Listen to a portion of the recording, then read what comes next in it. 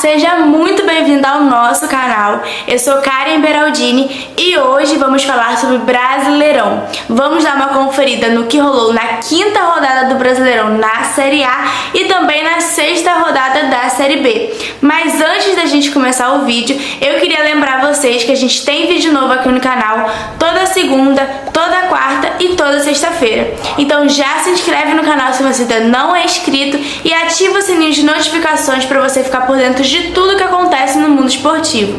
E agora, sem enrolação, vamos conferir o que rolou na Série A essa semana.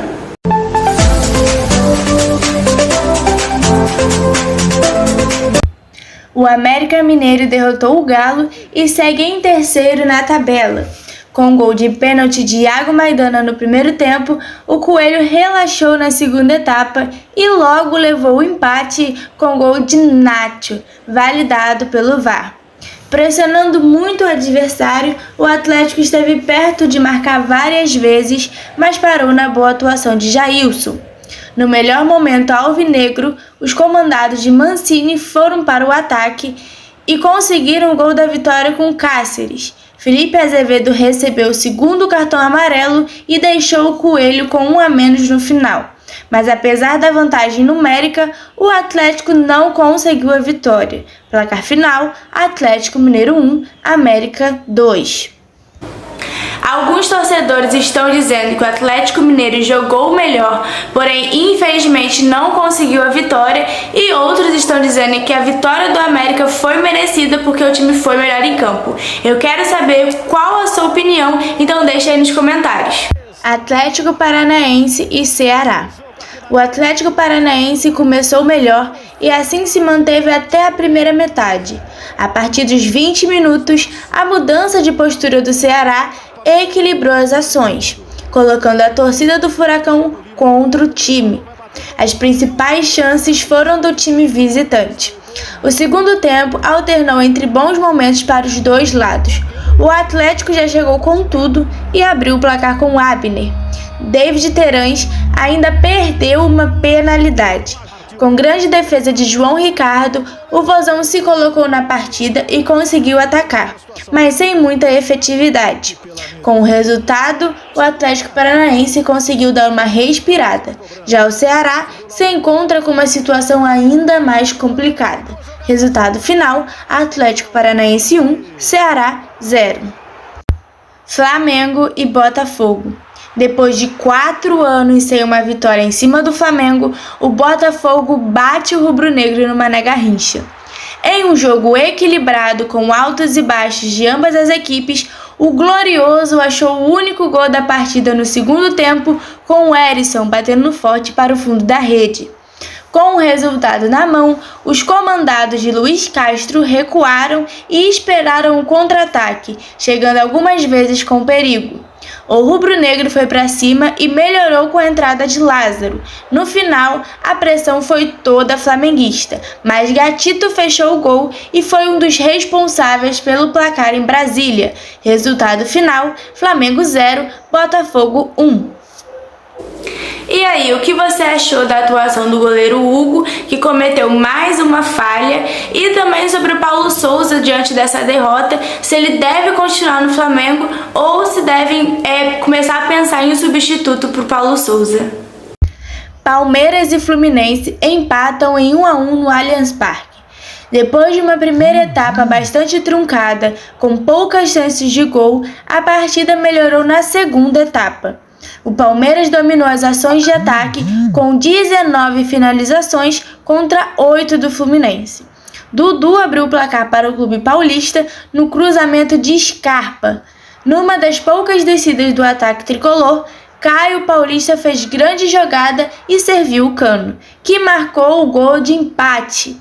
O Alviverde pressionou até o final, mas não superou o goleiro Fábio, que garantiu a sua meta quando a bola chegou. Resultado final: Palmeiras 1, Fluminense 1. Atlético Goianiense e Goiás. Um jogo com cara de clássico, com muita marcação, faltas, cartões e muita cera. Mas também lances bonitos e um Goiás letal na frente. Após uma primeira etapa com o Atlético Goianiense superior, mas com o Goiás infalível na frente e a vantagem no placar. O segundo tempo foi ainda mais gritante a diferença entre os dois times, principalmente após a expulsão de Henrique Lordelo, mas a falta de pontaria e efetividade do time da casa não foi o suficiente para alcançar o empate.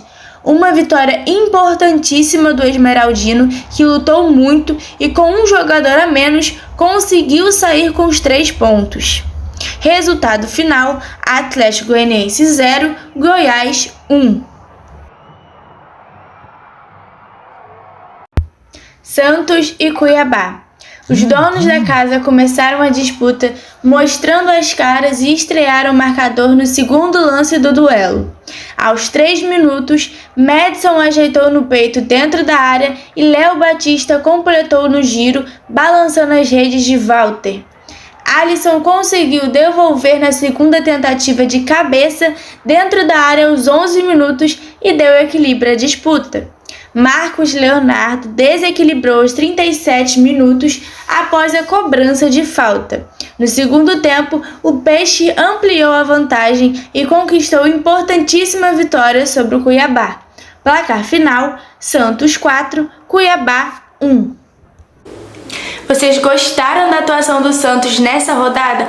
Foi ou não foi um jogaço? Juventude e Internacional. O Inter mudou sua postura no segundo tempo e fez o que não tinha feito nos primeiros 45 minutos e abriu o placar no segundo minuto da etapa complementar.